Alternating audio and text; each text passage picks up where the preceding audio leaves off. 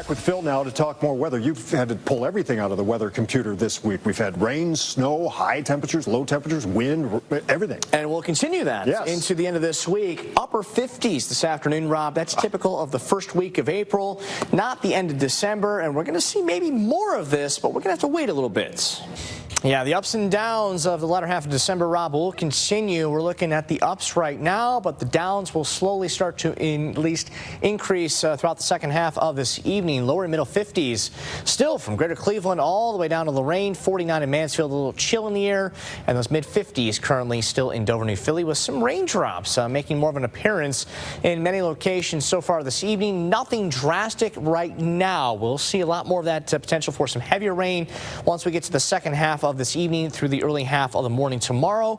And still some wind advisories in our western communities around Sandusky towards Mansfield and points west for the next couple of hours. Potentially could be as high as 50-mile-per-hour gusts at times in the western half of the state. And our cold front is the big weather maker for the next 12 to 18 hours. Well ahead of it, winds increasing the warmth, a lot more moisture, more raindrops. But notice just to the west and north of that low, a lot more cold and a lot more snow, and even some blizzard warnings just south of Minneapolis and just north of Des Moines. We're not going to see any of that, thankfully, but the winds will be there, and it's going to be a lot colder, unfortunately, right in time for that morning rush tomorrow. So all of this rain we're looking at, along with very windy conditions, going to make things a little more treacherous to begin the morning tomorrow.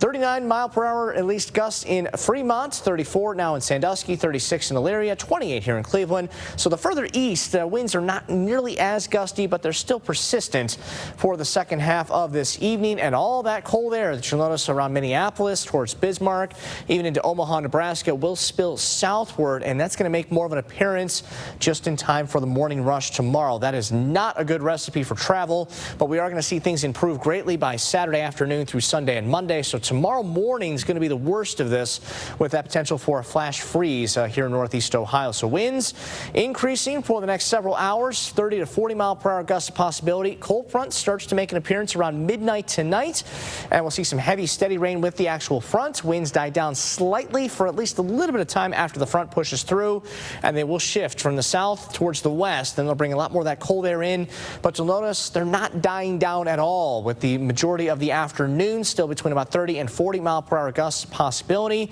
and then things quiet down slightly by Friday night before they pick back up as the winds will shift again with more of a southerly flow, bringing more warmth back into the area by Saturday afternoon. So if your sinuses haven't had enough, they'll continue to be a little bit more runny, and you'll probably need those at least tissues a bit more with all these changes in temperatures between now and Sunday. So a little bit more rain this evening, heavy, steady rain a possibility.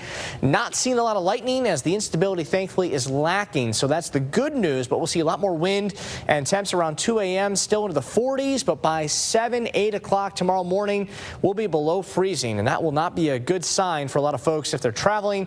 Any standing water could potentially become icy fairly quickly, and still some snow showers with a little bit of lake effect kicking back in for the majority of the afternoon on Friday. So there could be some at least potential of some accumulation, an inch, maybe 3 inches in parts of the snow belt, but the big story is going to be the wind chill factors going from those teens and 20s to only single digits for a good chunk of the day on Friday. Temperatures back into the 40s by Saturday, lower 30s Sunday, and maybe 50s with some rain on Christmas Day.